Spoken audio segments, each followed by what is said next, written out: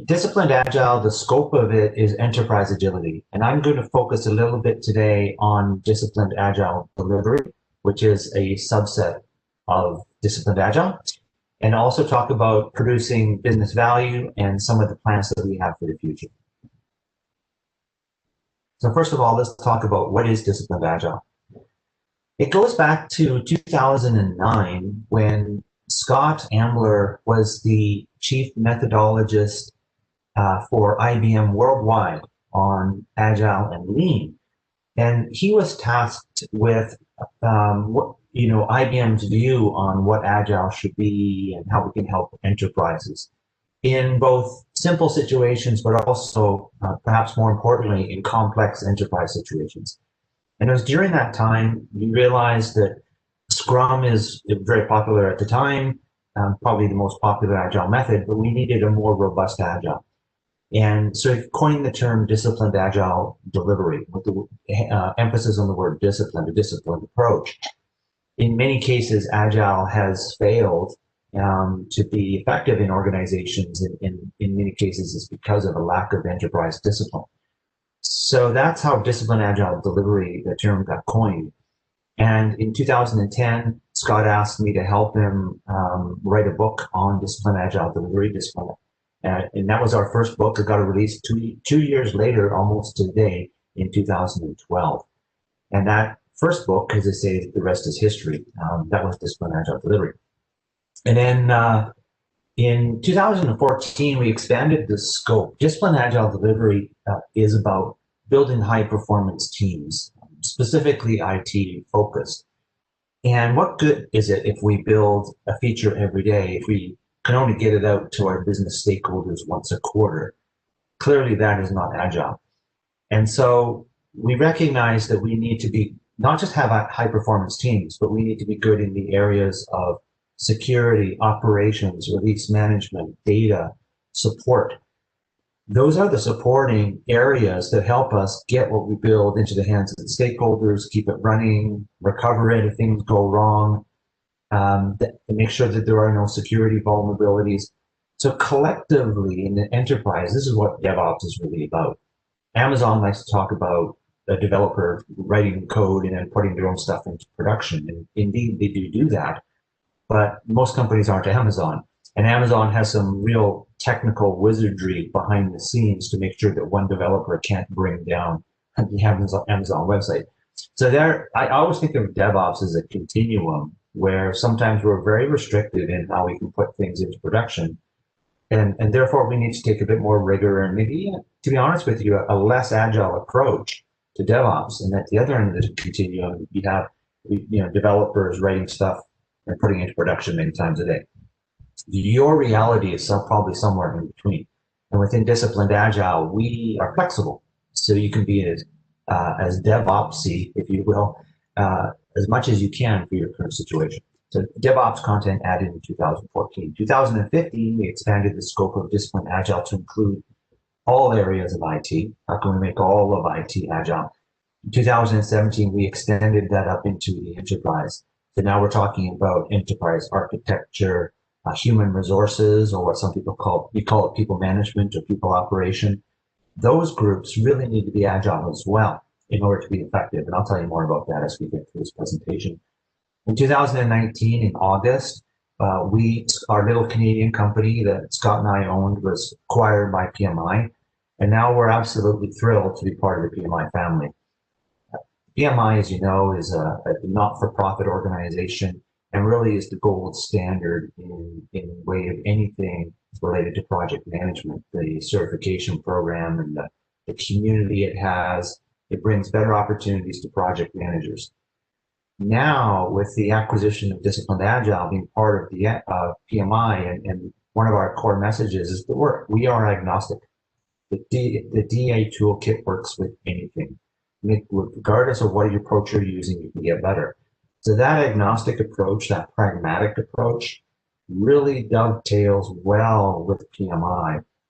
So now that we have world-class offerings on both the traditional project management side, the agile project management side, or product management, whatever, and the hybrid, because there's often overlap between the two. That happened in 2019. We also, when I say we PMI, we also acquired Flex from Al Shalloway, and Al joined PMI, and he created a company called Net Objectives. And if you're familiar with large scale agile, there's a framework out there. The most popular scaling framework out there is something called SAFe, stands for Scaled Agile Framework. And Al Shalloway used to be a SAFe Gold partner. He used to be a trainer of SAFe, but he left the SAFe community recognizing that there were some things that he could perhaps make better with his own material. So he created this Flex body of knowledge, if you will, which stands for Flow for Enterprise Transformation. And you can use the techniques from Flex to actually improve your implementation of SAFe. This is very consistent with the DA toolkit, which is more about practices, but the Flex guidance and the DA toolkit together are really effective at making you more efficient, regardless of what agile method or framework that you're doing. In 2020, our focus really has been digesting, if you will, the acquisitions of Disciplined Agile and Flex into PMI, integrating it with the existing Agile programs such as the ACP, and relaunching the certification program, which we think is world-class, providing a career growth in Agile that you really don't see out there. So I'm excited to share that with you today, because that is quite new. Let's talk a little bit about what the toolkit is. It provides straightforward guidance that enables us to make better decisions inside our organization about our way of working. So it's a collection of practices. And this, first of all, I want to compare the Disciplined Agile delivery body of knowledge to Scrum. What you can see here is that the body of knowledge is in the Choose Your Wow book, which incidentally, if you're a PMI member, you can get that as a free PDF download. If you want electronic version, you can get that from Kindle, you can get the hard copy from Amazon. But as you can see here, it's a fairly meaty book. I actually have a copy of it right here. So it's a significant read. It's over 400 pages, and this is a big profile of a book. But why? Is because it's a collection of practices from all the leading methods. We read the 100 books, we've harvested those practices, and we've organized them so for quick reference to help you improve your way of working, regardless of what approach you're using. So we look at the Scrum Guide.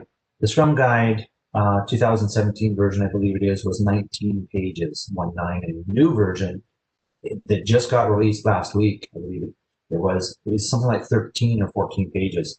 So it's very little guidance. Now, to be clear, is not a criticism of Scrum. Scrum is amazing. Scrum is actually at the heart of Disciplined Agile. It's one of our key approaches, but it's just simply not enough.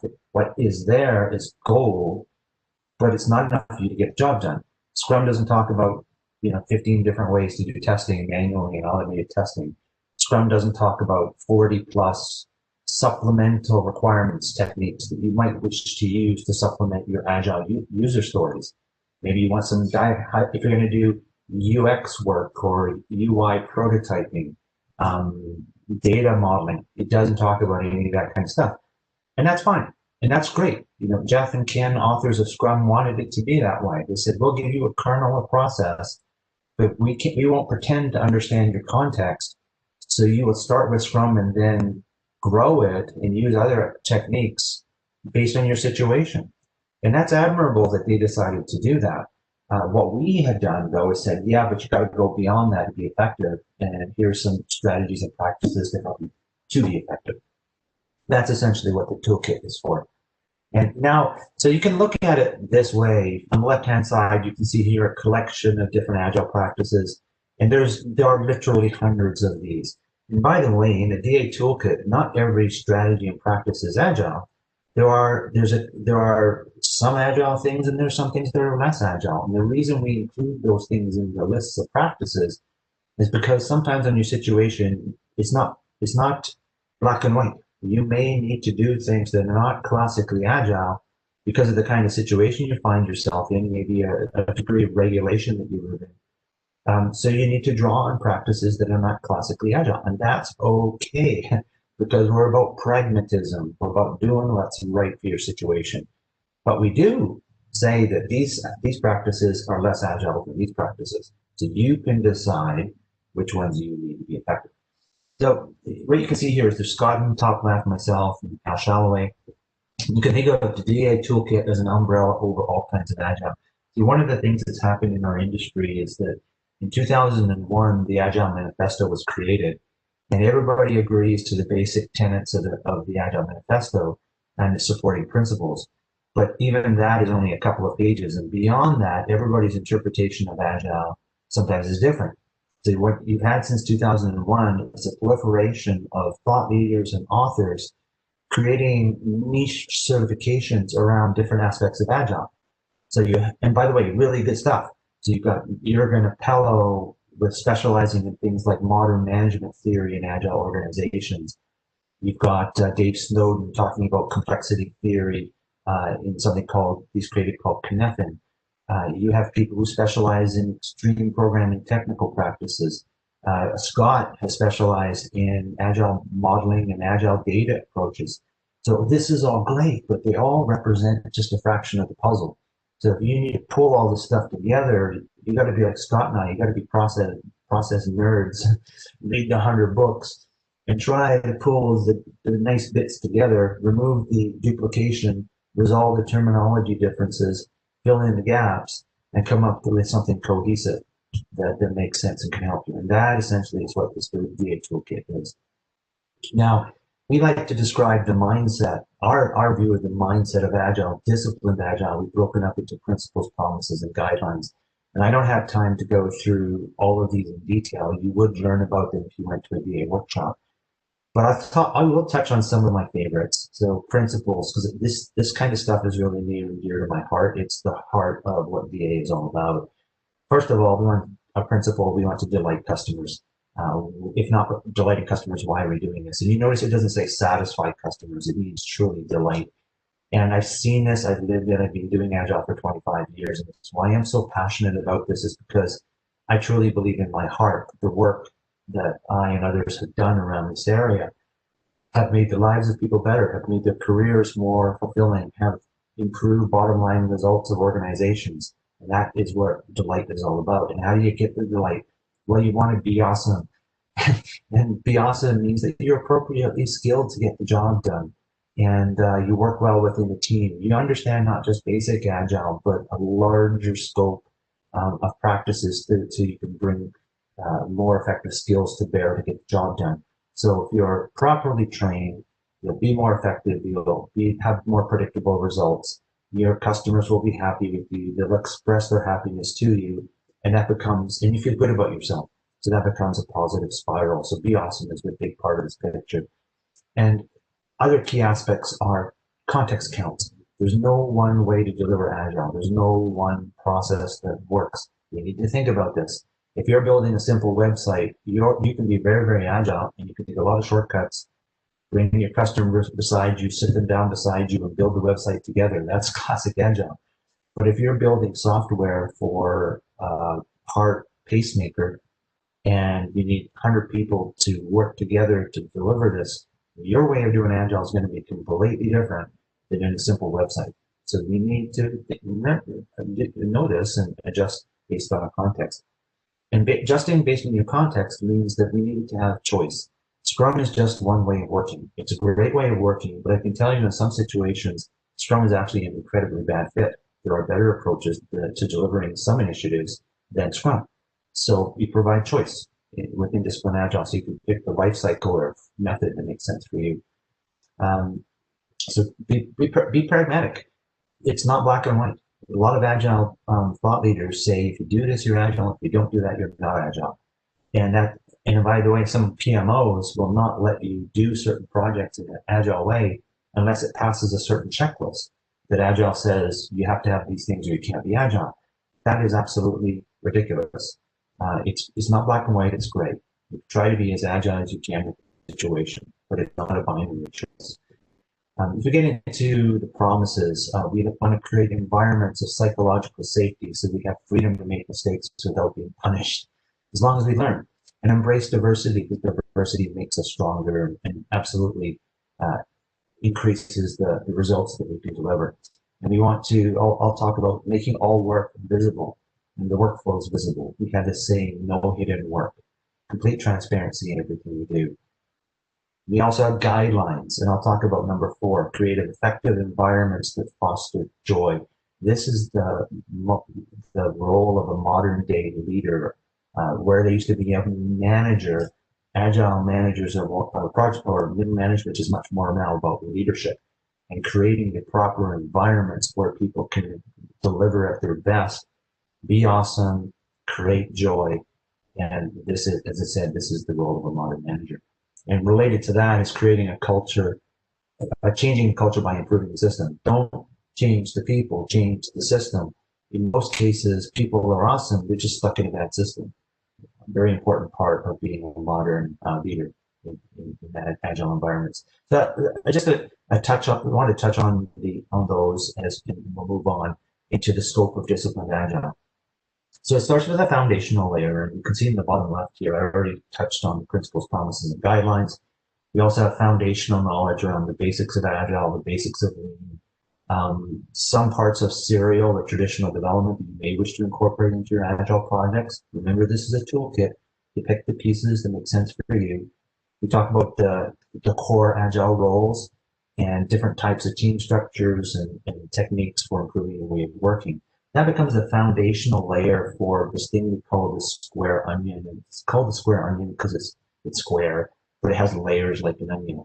And at its base layer for IT solution development, we talk about disciplined DevOps. And the hexes, by the way, are called process blades, just a fancy term. All that means is that behind each of these process blades is where the content lives. And double clicking, if you can imagine on that, on security, would take you into ideas for how you can be more effective with Agile implementing security in your IT solutions. So the Choose Your WOW book and the basis for the certifications that we have right now are behind the Disciplined Agile Delivery hex, and that's the Choose Your WOW book. And we have a little engine on the icon because we talk about producing high-performance teams that like the engines.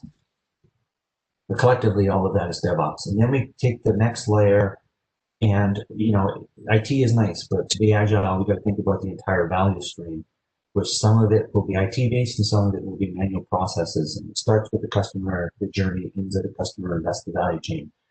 And to be effective, we need to be agile in these other areas that you see here. And we have guidance behind that. And then at its highest level, we have Disciplined Agile Enterprise. And I talked about people management, second from the left at the top. You might call it HR, you might call it people operations. But we have content in DA that talks about modern way to write job descriptions, modern ways to compensate your teams. HR needs to change as well. And this is a very important part of this message, folks, is that you may ask, if Agile is 25 years old, which it is, technically since 2001, but Scrum predated the Agile Manifesto in 2001. So if Scrum's 25 years old, why are we still talking about it? Why are we still debating it?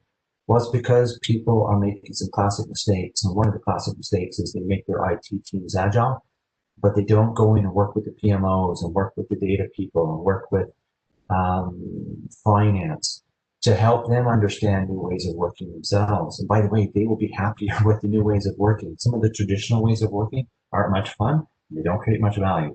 But you can teach PMOs to be much more effective, much more agile, which means they're not going to be doing a bunch of stuff that wastes everybody's time.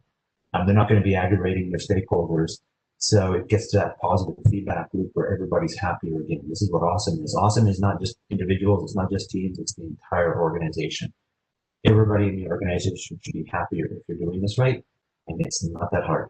We just have to go beyond the IT teams and spread agility throughout the organization. And that's what TA is all about. So how can it help us? We'll just do a time check here. There are 3 value propositions around DA, and the first one, and arguably the most important one, is also the most obvious in my mind. Better skills deliver better results. And it's a shame to me, Scott and I have been on this bandwagon for a long time, that a classic certification for Agile is 2 or 3 days. That 2 or 3 days is typically spent learning the nuts and bolts of a particular method or framework, not really teaching you how to be effective with it. And often it requires no experience, maybe a test, and if it is a test, usually it's a guaranteed to pass test. So not really particularly credible certifications. And it's not people's fault for attending. It's that the programs aren't designed to be particularly rigorous, not designed to be particularly disciplined. And we need to invest more. You know, I compare the agile offerings that we have in VDI to PMI. And I've always talked about this, by the way, prior to joining PMI. I used to say, you know, PMP it's a credible certification, has a significant body of knowledge. You have to pass a difficult test. You have to have thousands of hours of experience. The community is well respected, great community, great networking. A PMP gets better jobs, better career opportunities, better compensation, and they get trusted with mission critical projects. Imagine a PMO saying that, you know, we've got some traditional projects and agile projects, and we expect PMPs to manage these traditional mission critical projects. And then they give a mission critical project to somebody who has 2 days of training. 2 days. They're in their early 20s. They've never managed a project in their life. They don't know what mismanagement is. They think governance is bureaucracy, which it does not have to be. So is it any wonder if things go wrong? And then Agile gets blamed. It's not Agile's fault. It's the people aren't sufficiently skilled. So that's my little rant on certification schemes. What you see on the DA program is a PMP equivalent. You learn way beyond one method. You learn hundreds of practices, or at least where to find more information on them, what they are, where to find more information. And you can reference them and do better.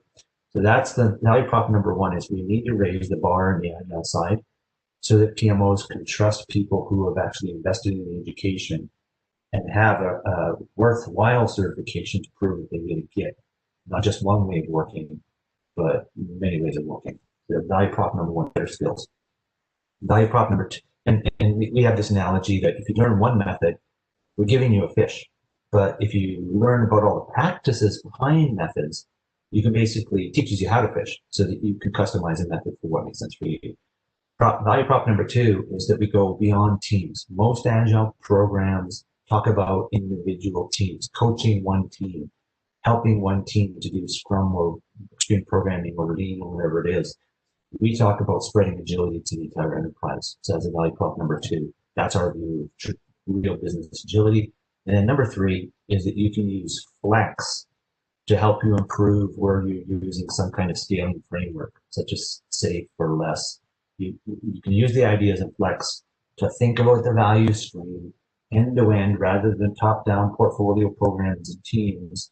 Think about where it's journeys that start at the customer, end of the customer, and flowing the value when you're doing things in a large scale situation with many teams building one particular solution.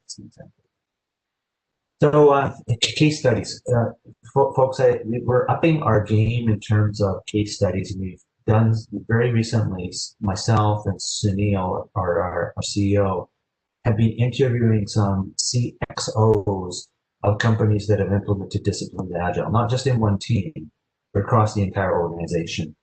And I would suggest that you go to the Disciplined Agile section of PMI.org. There's a resources menu, and at the bottom of the menu is success stories. Click on that and invest 10 minutes beyond this presentation. Listen to Mike Nettles' video on that page.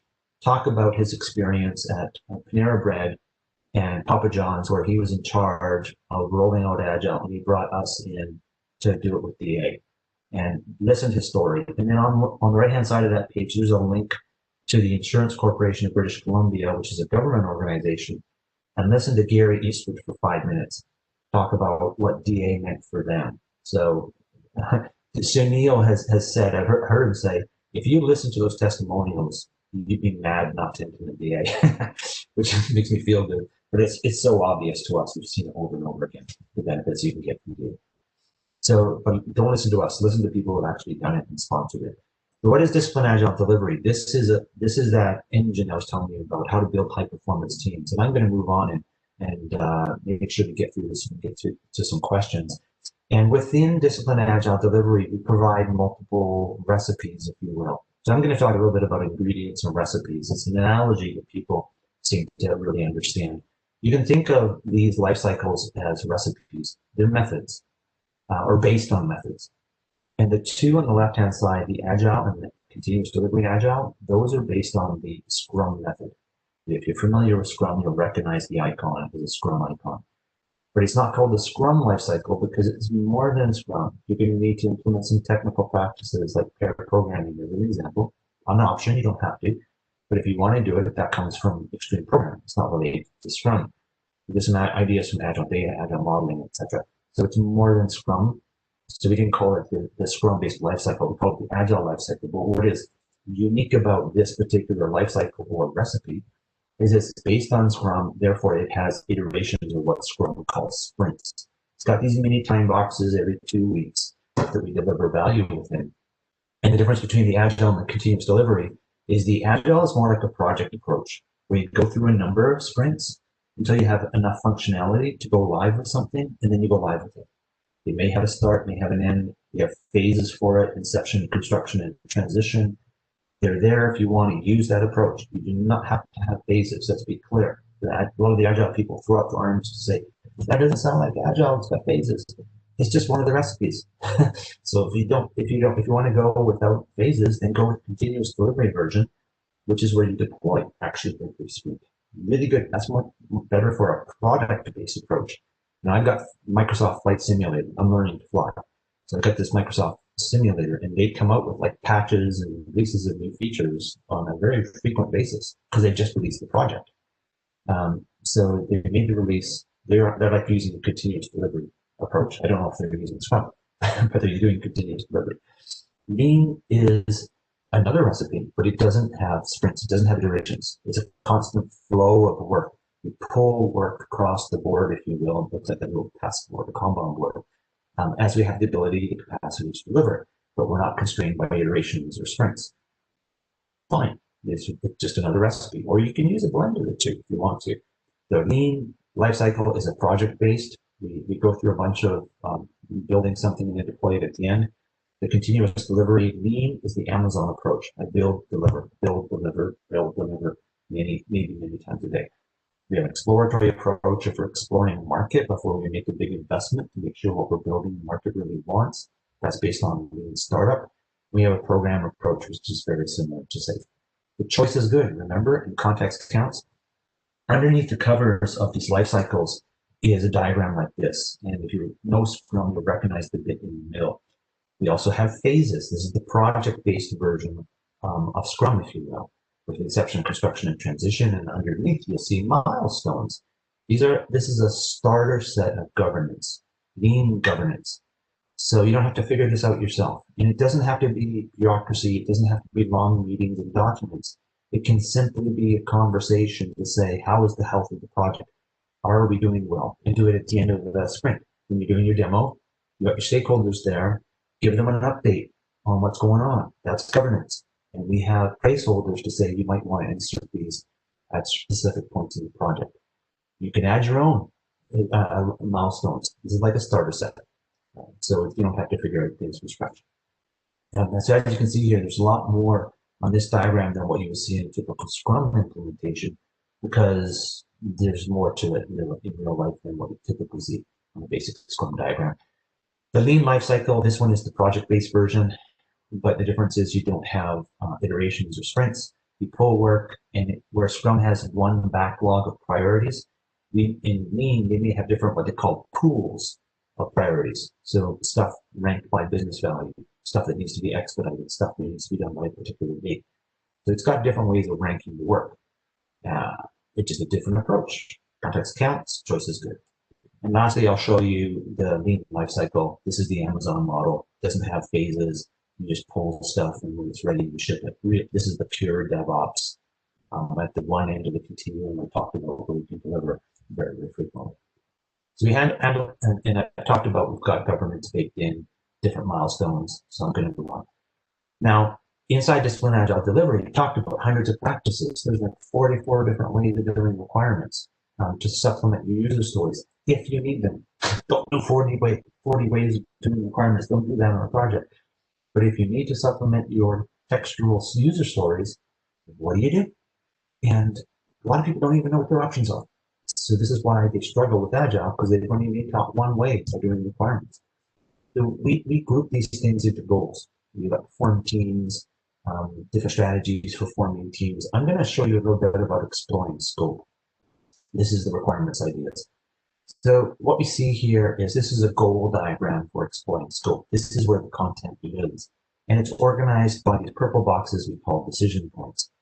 And what it means is that if we needed to explore the usage of what we're going to build, well, it's a second from the top. On the right-hand side, you can see different ways of exploring the usage of the product so that I can articulate or elicit the requirements from the business. And you'll see in here epics, user stories, classic Agile stuff, but there's some other ideas in here that you may not have even heard of, which might make you more effective. The ones that are bold or italicized are good default choices, so that if you need one within a particular group, then that one's probably a good one to start with. If you see an arrow beside it, it says that generally speaking, the choices at the top are more agile, better than the choices at the bottom. But if you need to do a less agile way of working because of your situation, that's okay. But at least you're making a better decision. You're being given guidance as to how to be as agile as you can be. And then for each of these in the book, we've got tables, so which has a definition of what each of these are, sometimes a reference to where you get more information on it. And on the right-hand side, trade-offs. So this is contextual-based advice to help you make better decisions. So you might, as an example, discover personas and say, hey, these can help me build better user experiences by helping me to understand users as people, have empathy for them, therefore build a better user experience for them. So that's what personas are good for. And you might decide to add that as a requirements modeling technique into your user stories. This is how you choose your way of working. This is how you get better. I sometimes joke it's like coach in a box for the DA toolkit. Producing business value. Really important. So that's the kind of guts of the toolkit and how the information is organized. Really important to understand that successful organizations don't just copy and paste a method and expect success. You can start with Scrum, you can start with Safe, you can start with Lean or Less, Spotify, grow your own, whatever you want, but don't stop there because that's just a subset of what you're going to need. So successful organizations take responsibility for evolving their own agility. If you think about a Spotify, the beauty of Spotify is not the way they do Agile, it's that they figured out what way makes sense for a Swedish online music company. So if you're going to do Spotify, fine, do Spotify, but it's a starting point. And by the way, the way Spotify talked about doing Agile, they don't do that anymore. That was 7, 8 years ago. They've moved on to a different way of working, as should you. We need to evolve. That's what the toolkit can help us do. So process improvement. Classic continuous improvement, often called a Kaizen model, is I might be at the end of a sprint to sit down with the team and have a retrospective and discuss did we delight the customers or not? And if we didn't, why not? Why didn't we get everything done that we thought we could get done? That might be a problem. So how do I fix that? Well, let's think about ways that we can get better. Identify potential techniques. We'll try it. We'll assess how it works for the next 2 weeks. And then we'll adopt it if it works, and we'll abandon it if it doesn't, and we'll share our learnings, and we'll go round and round. And this is how we do continuous process improvement. It's a beautiful thing. However, when you try a technique, sometimes you don't know what your alternatives are. You don't know all those things that I showed you in the Explore Scope diagram. So you try something, it doesn't fix the problem. That's called failing fast. And failing fast is a good idea because it's a good thing because as soon as we fail, we learn and get better. The sooner we get better, that is a good thing. But failing still takes time and is costly. So what if we could get better at picking an approach that makes sense in our situation?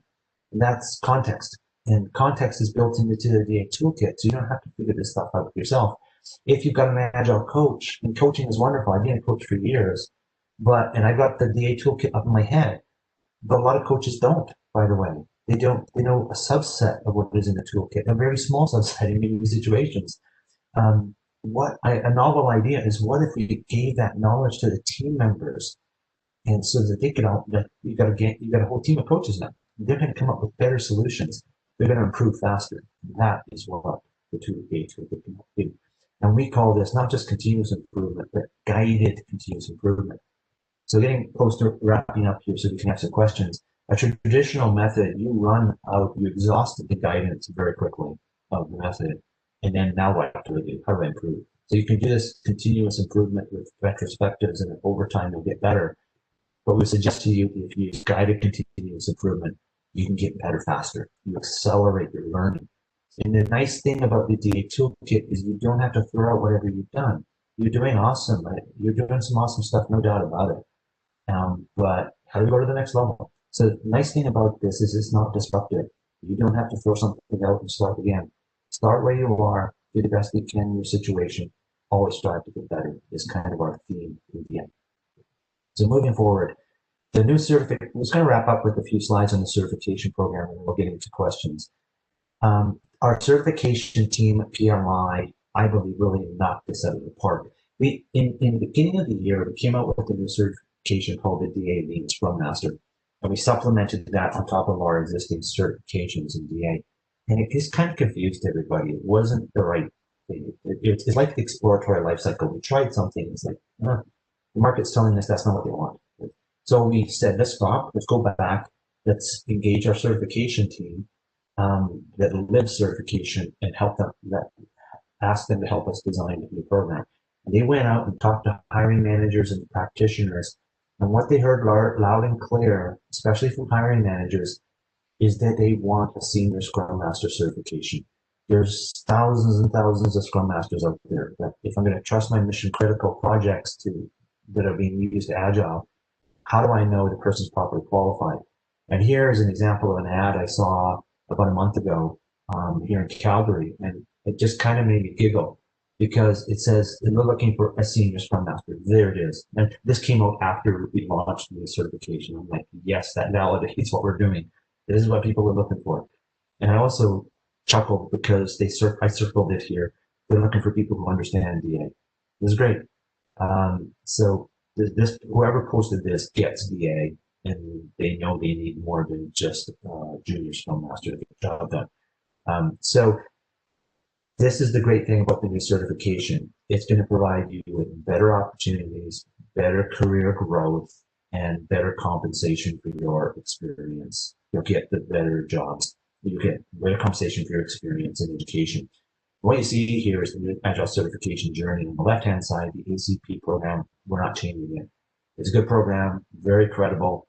Unfortunately, it hasn't gotten the traction out there in the market. And you don't hire an Agile certified practitioner. So that's where we think it hasn't met its potential. But we don't want to touch the program. It's a good program. If you're new to Agile, take the DA Scrum Master. It is a better Scrum Master. It is a Scrum Plus, if you will, because we cover, it's not only Scrum, we cover Lean, which is sometimes a better approach, or even combining the two can be very, very effective. And we also introduce people to the DA toolkit. You learn the foundational layer stuff, and you can go out and become a much better Scrum Master, much more flexible to your way of working kind of Scrum Master. The Senior Scrum Master, I am especially excited about because this is like the PMI version in Agile. It is for Scrum Masters that have experience, can lead complex projects, can lead and coordinate within multiple Agile teams, and can help other areas of organization with Agile. Really is a senior Scrum Master role. By the way, underneath the covers, it's not just Scrum, it's everything. So please understand the difference between the content, which is completely agnostic, completely flexible, but the name of the cert is what the hiring managers are looking for, and that's why it's called that. And if you have an existing cert, like a certified Scrum Master, or if you have an ACP, you have a SAFe certification, you can come right in at the senior Scrum Master level. You don't have to start at the ASM. You will need to know a little bit about VA because you might have come in for the VA Scrum Master, so you might have to do a little homework before you go into the Senior Scrum Master, but you can go directly into that if you've got Agile experience. And then the DA Coach is an enterprise class coach, cert coming in Q1. It really takes coaching to the next level for true enterprise coaching. And the Value Stream Consultant, DA Value Stream Consultant, is the flex-based material. a very high-end cert, very advanced, also coming in Q1. So this provides you folks with a journey, a career-long journey where you can always get better over time. We find Scrum Masters are kind of stuck. They've got a certified Scrum Master, but they don't know what to do next. They're making the same money they were making 10 years ago. They haven't been able to demonstrate to the market that they can take on more significant responsibility. This will allow you to do that. We're excited for this. The certifications at the top here, I want to just let you know, we don't have content behind some of these, like legal, we don't have any content behind it. But this is our ton, going into futures now. We're going to work with organizations who are experts in these areas to incorporate Agile legal advice, Agile finance advice, and come up with micro certifications or accreditations so you can become an Agile marketing specialist, as an example, if that's something that interests you. So that's the path forward as we're going to build out additional micro certifications to supplement the Agile certification journey. This is the flex diagram. It talks about flow, starts with the customer, value streams, ends with the customer. You can layer this on top of SAFe or whatever Agile scaling technique you're using. And this will be related to the value stream consultant certification that comes out Q1. So that's the future. In summary, success doesn't come from adopting a prescriptive framework such as Scrum or SAFe, but it's a great place to start. So please don't misunderstand what I'm saying. These existing methods are wonderful. They are like our starter recipes. They're like our life cycles. We just help you take it to the next step. For true business agility, we need to choose our own Agile way of working, optimizing for our unique situation. DA is a rich, comprehensive, and well-organized toolkit of strategies to help your organization be more successful with Agile. And it's a disciplined, agnostic, professional, enterprise approach to Agile, which is what our industry has been lacking in the past. And understanding what your options are and which ones work in different contexts leads to better decisions. For more information, go to PMI.org. There is an e-learning course that you can take right now on the basics, but it's not for certification. It's just like I want to learn about VA. That's already available out there. You can buy it. We are coming up with, well, we have the DA Scrum Master is live now. You can Google Discipline Agile training and you'll get to the calendar, which actually takes you to a Discipline Agile website. In the future, that will be in a catalog of courses on PMI.org in January. But right now, the catalog is at the Discipline Agile Consortium.org website, which you can either go to this link. I will provide you with a PDF after this, or you can just Google Discipline Agile training. The DA Scrum Master courses are now being scheduled right now, and they're all virtual, as you can expect. In the new year, we'll have on-demand versions of it. But I personally think that an instructor-led is better because you can ask questions, and the instructor can adjust the content for your situation. But if you are time constrained and have to do work in the evenings, then maybe the on-demand is for you. So it's up to you. We've got both. And yeah, so you'll expect we will be decommissioning the Discipline Agile websites and moving all into PMI.org. But that's kind of one of the last things that we need to do as part of the integration, and that's kind of happening first quarter of next year. All right, so that concludes the formal part of the presentation. I did leave, it looks like 11 minutes for questions. I am on Twitter if you do that kind of thing. And thank you for having me, and I'm quite happy to answer any questions you have. Back to you, Almond. Thank you, Mark. Thank you for the comprehensive presentations and info about the Discipline Agile and the journey of the DA certification. So we have a couple of questions. I will read it for you, but I think you have covered partially or maybe 90% of the answer. So basically, I have two questions. I think both questions can have a joint answer from your side.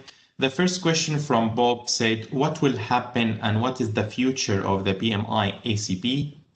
And the second question from Samuel said, is PMI retiring PMI ACP? Obvious not from your presentation. If not, are these DA certification then a duplication? Yeah, great questions. So first of all, we're not retiring ACP. As I said, it's a good program. And if you have the certification, you should be very proud of it. It's probably, it is one of the most rigorous disciplined certifications out there in the Agile world. It just And there are 35,000 certificate holders out there, but we have 1 million PMPs, and we haven't been able to get the attention it deserves. And in addition, so with the ACP, it's very agnostic. It asks you to go learn these areas, and you can go get your training wherever you want in preparation for the exam. PMI for future certifications has adopted a different approach, whereas we want sort of standardized materials. So you see that on the PMP, standardized materials, because on the PMP side of things, sometimes there were good training experiences for PMP prep, and sometimes they were really, really bad. So we felt that we needed to provide a more consistent approach to preparation. We're doing the same thing on the DA side, so that materials are standard materials, everybody gets the same sort of learning experience, all moving towards the same kind of exam. So what I would say to you is, yeah, we're not doing anything with the ACP, but we want to, two things. One is to provide certifications that provide better opportunities for you in the future. And two, incorporate the toolkit. Rather than you having to try to figure out which books to read, you now can see it all in one place. And by the way, we don't try to tell you how to do test-driven development. We tell you what it is and where it might make sense. And then if you want to go buy a book from Kent Beck or whatever, by the way, we teach a course on test-driven development. There's a gentleman, Scott Bain, works at PMI, who's been teaching TDD for Amazon, Google, and other companies like that. So we actually will be providing some offerings. We have some offerings already in test-driven development. But my point is that we won't try to tell you how to do each of these practices in depth. That's when you go buy a book or take a course if there's a particular practice that really interests you.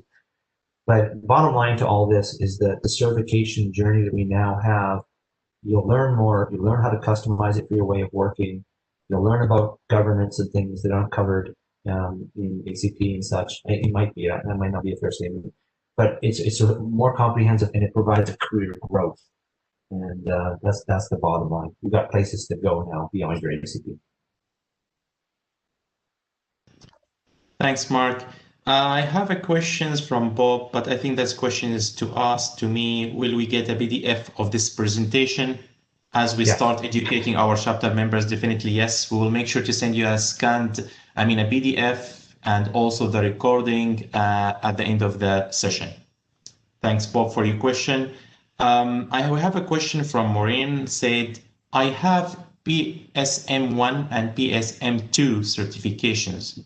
Do I begin the DA journey from the bottom? Great question. And the answer is no, I wouldn't. Because those are, in terms of the Scrum certifications, they're two of the best. So good job on that. But not enough. It's Scrum. And Scrum is great, but there's more out there. More out there in the world than the Scrum.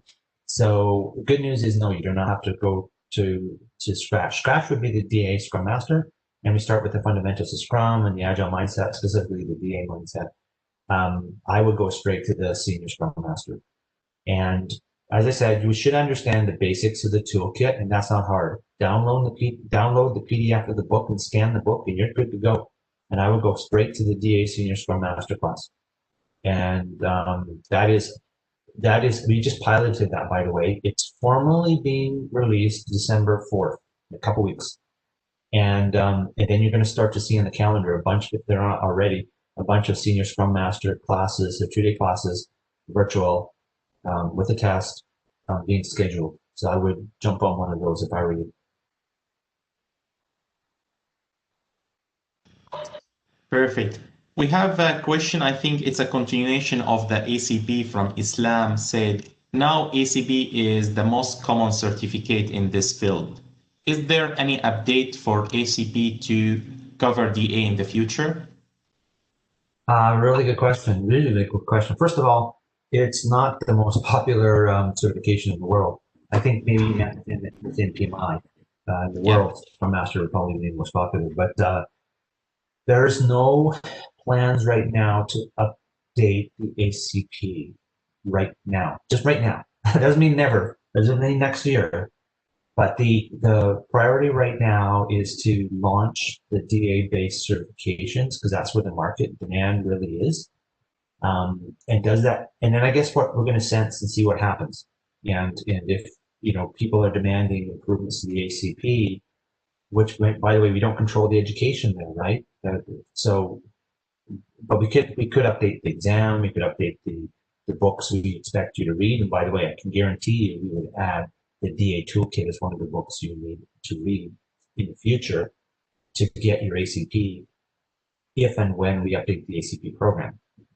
So no plans right now, but it's on our radar. We're in sense and respond mode right now, but we're really focused right now on getting the new DA program up to go.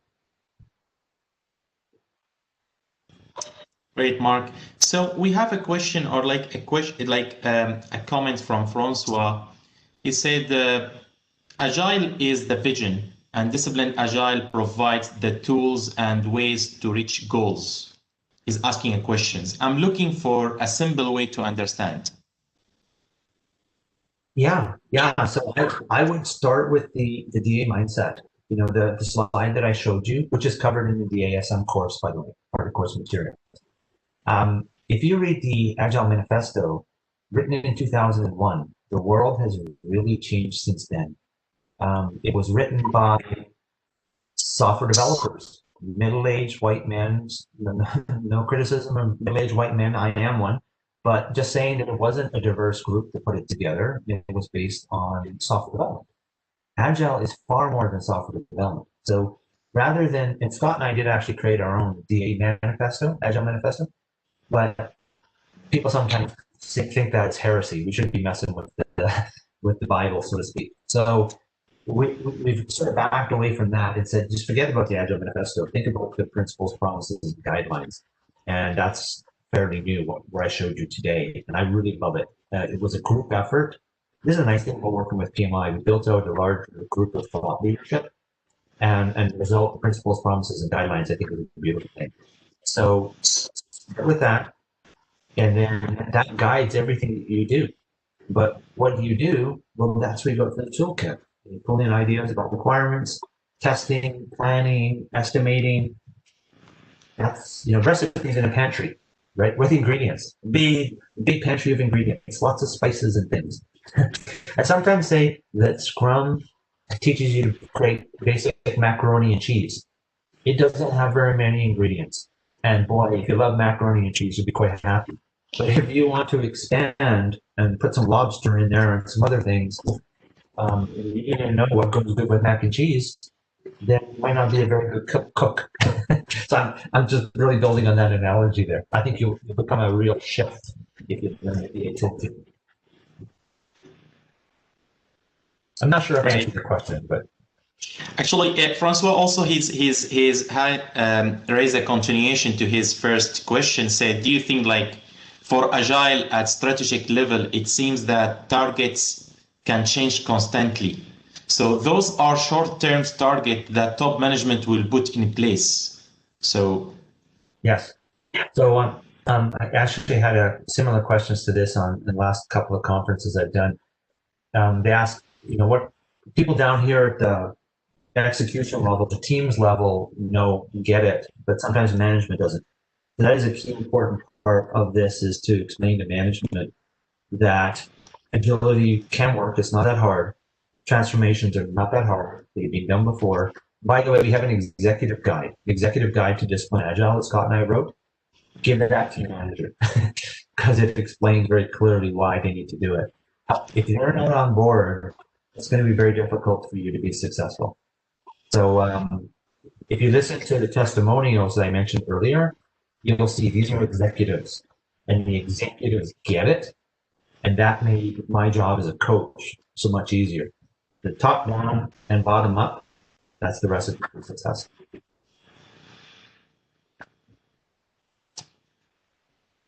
Perfect. There's actually a question from Richard. I'm sorry if I'm pronouncing, I don't able to pronounce, but he said, Richard, Atlassian have a product called Jira, a line that is supposed to assist organizations. I'm sorry, I'm not able to see the questions correctly. Okay, he said, Atlassians have a product called Jira, a line that is supposed to assist organizations with enterprise-wide agile initiatives. any cooperation efforts ongoing or planned with them to incorporate DA as well? In a word, no. And I tell you why. It's not a criticism of Jira. Jira is just a tool, and there's lots of tools out there. I mean, if I'm going to mention Jira, I'm going to mention TFS from Microsoft. You need to call it something else now. Lean Kit is also a wonderful tool. Lots of tools out there, and people do ask us, are we going to put DA into those tools? It's so easy to customize those tools. I've used Jira for years and years and years. And probably 4 out of 5 Agile engagements that I've worked on where they needed a tool, because you don't always need a tool, but if they needed a tool, Jira was the one that we used. It's just the market leader. But we're not going to customize Jira for DA because it's so flexible. Like if you're customizing Jira for SAFe, which is kind of a prescriptive method, sure, but we provide choice. So you can do anything in Jira. DA works great with Jira, but I don't think you need to I don't think you need to build DA into the product. And by the way, another shout out for another project you might want to look at, something called Agile, Jile. Really good. And then, by the way, it does have some DA customization in that particular tool. So shout out for that tool. But we don't, we're tool agnostic. We work with anything. Thank you, Mark. It seems that's the last question. We're already at the top of the hour, so I really would like to thank all the participants and your great questions, and thank you, Mark, as well for your time. As I mentioned at the beginning of the session, we will make sure to share with you the slides, the recording, and the videos details by tomorrow. And in case if you have any questions or any questions come up from your chapter members, non-members, I know some of you are at the chapter, so please feel free to reach out to us and we will make sure to get you the answers and the clarifications and share with you all the information related to the DA and certification journey. So thank you very much once again and wish you a great afternoon, great evening. Thank you all. Take care. Be safe out there. Bye. Thanks. Bye.